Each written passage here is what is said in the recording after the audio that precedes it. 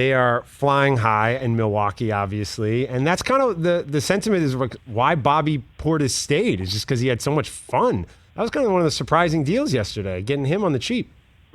Yeah, it wasn't just getting him on the cheap, is that he had confirmed offers worth more money elsewhere, and he turned it down. And I thought that the whole point of the exercise of taking less money to come to Milwaukee in the first place was to do exactly what he did. Play meaningful minutes on a high-profile team, and if you're lucky, help them win a championship. And Bobby did that to a T.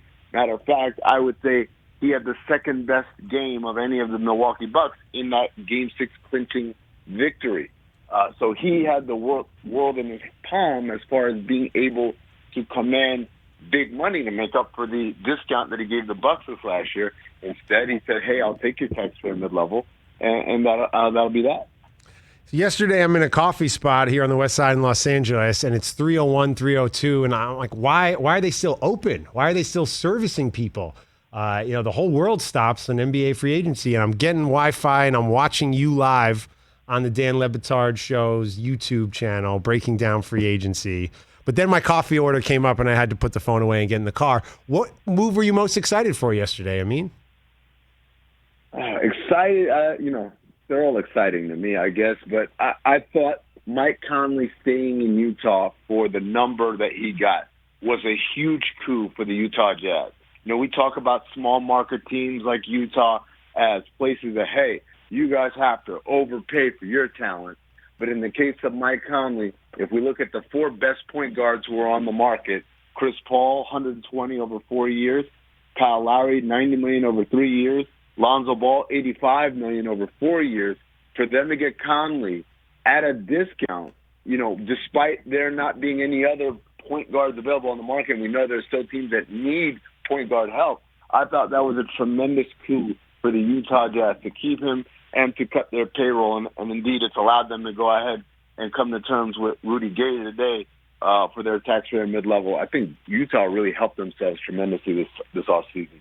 I mean, as a Knicks fan, let me just tell you, point guard's kind of overrated in today's NBA. Let me just tell you. Spoken like a true Knicks fan. Spoken like the fan of a team that doesn't have a point guard. Like I said, we'll figure it out later on down the road. Some teams that upgraded their backcourt, one of those teams was Chicago. That was the first big announcement, was that Lonzo was heading up to Chicago, being joined by Caruso, getting the backcourt back together. Laker fans all in their feelings on Twitter, which we love. What were your thoughts on the Caruso signing, pairing him up with Lonzo in Chicago?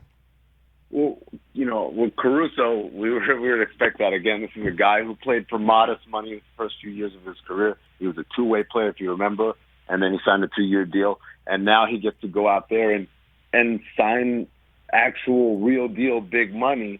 He was a great contributor for the Lakers over his tenure, and I think he deserves it. And now, Lonzo Ball, obviously he gets to back up his former teammate. Lonzo, again, as I said, he was, probably the fourth best point guard on the market after Paul, Lowry, and Conley, and that's saying a lot. I think he's really developed into a nice player. Can those guys help Chicago? Yes. Are those the moves that I think are going to take Chicago from a team languishing outside of the play-in to a top 5 or top 6 team?